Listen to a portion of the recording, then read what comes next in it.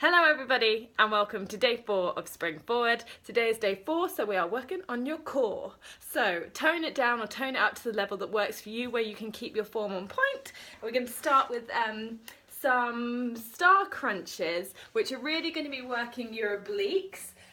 So that's sort of the muscles that corset around and down the front, so they give you that lovely waistline. But this is also a really good one for balance. Can you guys see me? Okay, yeah.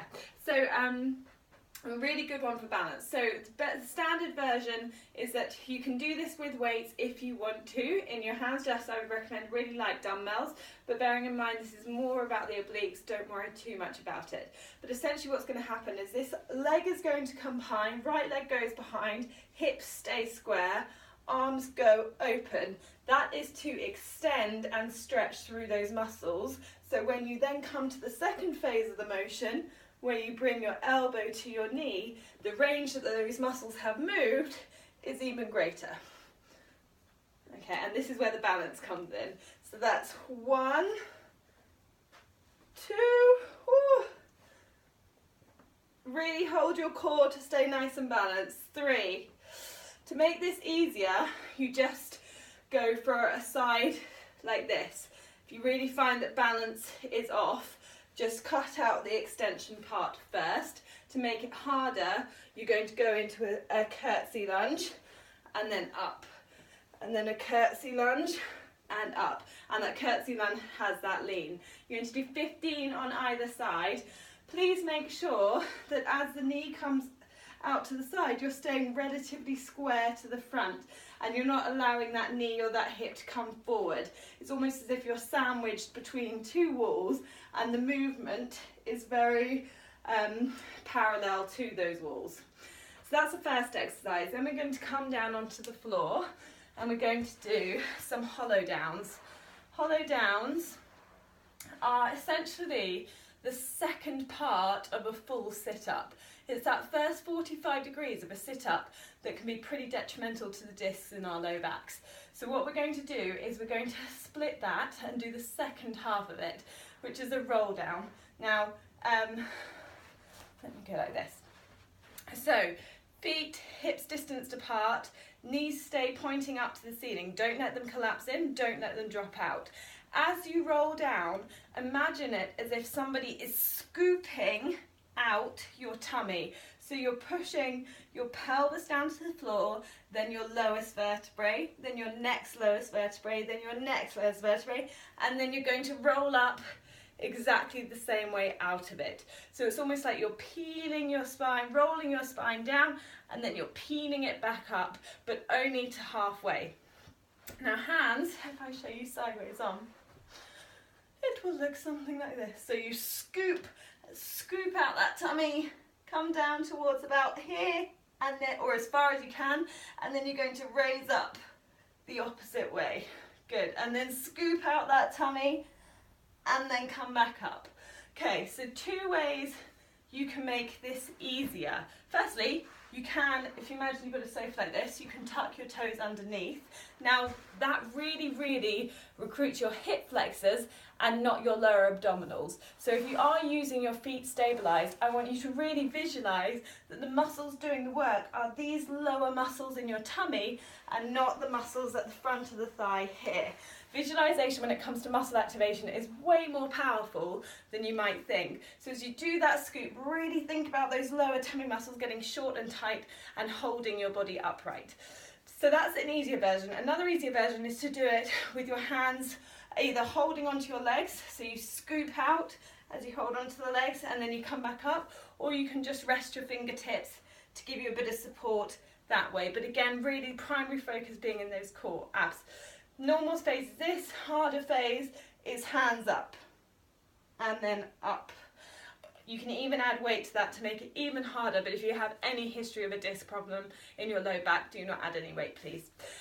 So that's the second exercise. Third exercise, so that's 30 of those, and you should really feel that core working. If at any point you are unable to hollow down and you start to arch, you see how my tummy popped? I want your tummy tucked. You see how my tummy went, ooh, like that pop? tone it down a level. That's when the abs are fading, that's when they're starting fatigue, that's when we're starting to stress that low back. So just bring your hands to your legs or bring your hands to the floor so you can really keep that tuck. So that's your halfway roll downs. Next exercise, exactly the same principle, really focusing on that lower core, but this time we're going to add a rotation to it. So you're going to come down to as high as you feel you can comfortably hold without your back collapsing too much. This time we're going for a nice neutral spine. So a slight hollowing, so you're really engaging that core, but nothing that's just collapsing. We don't want to collapse. So tuck and hold a slight hollow, and then you're going to draw your right arm back to neutral, draw your left arm back. These are called archer twists because I kind of think of it like a ping. And you're going to do 15 of those on either side. So that would be in this position, 1, and try, as I say, the slower you go, the longer the contraction, the more the work you're doing. So those are your arch twists. To make it easy, again, hands come to the legs and you just release, hand to the leg, release, hand to the leg, release, or alternatively hand to the floor. To make it harder, you go lower. So to make it harder, you just bring the angle of that body right down and work from there. Woo! Okay, so that's your archer twist. Then we're going to come into a plank. Because we've got 2 plank work, 1 prone plank and then 1 side plank.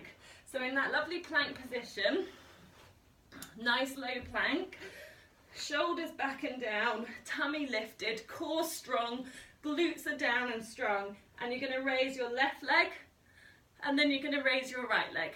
And with this one, the aim is well, many, don't let your bottom come too high, don't let the back sag as you raise the leg, but also don't twist or tip the hips. This is where, if you can imagine, you've got a bucket of water resting on your back, and so as you raise one leg and then you raise the other, that bucket of water stays totally level. No spillages, no accidents, all feeling great. Now to tone that down, you just drop the knees and you do it from a lowered knee position. The further in your knees come to a box, the easier the exercise, but I want you to extend out with straight legs rather than with bent legs, okay? Those are donkey kicks. Those are something entirely different. So 15 on each leg, 30 in total.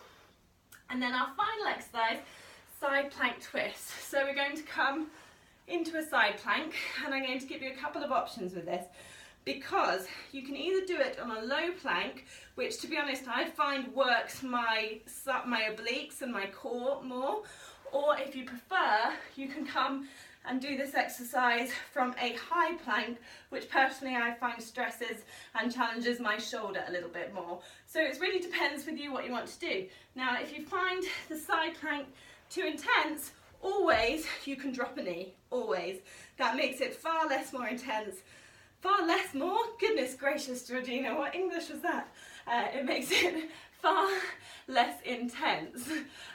So dropping that knee can really help. Maybe even try a couple of the fulls, and then once you feel this fading here and your body starts to sag a bit, you just drop that knee down to give them a little bit of extra support there. So the actual move is this. Your hand is fingertips on your ear, nice side strong plank position, feet can either be stacked or one in front of the other, and from there you're just going to bring that elbow forward towards the floor, up towards the ceiling, forward towards the floor, up towards the ceiling, and you're going to do 15 on each side. Try not to collapse into that shoulder, so stay really active in this shoulder underneath, and obviously stay active through that core. To make that one harder, again, you can try doing it from a high plank position if you want to, or you can add more reps if you want to. Good. Oh, I tell you what, if you want to make that one harder, you can also raise your feet up so your plank is actually at a level rather than diagonal level. So that's it, guys. That is day 4, core. Let me know how you get on.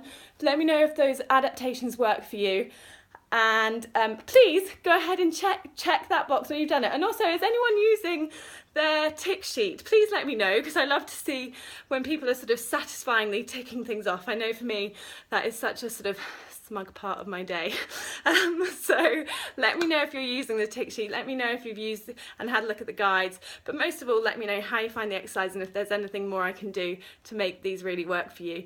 I look forward to seeing you all getting this in your day, activating those cores, bringing those muscles to life, and I will see you all see you tomorrow. Bye!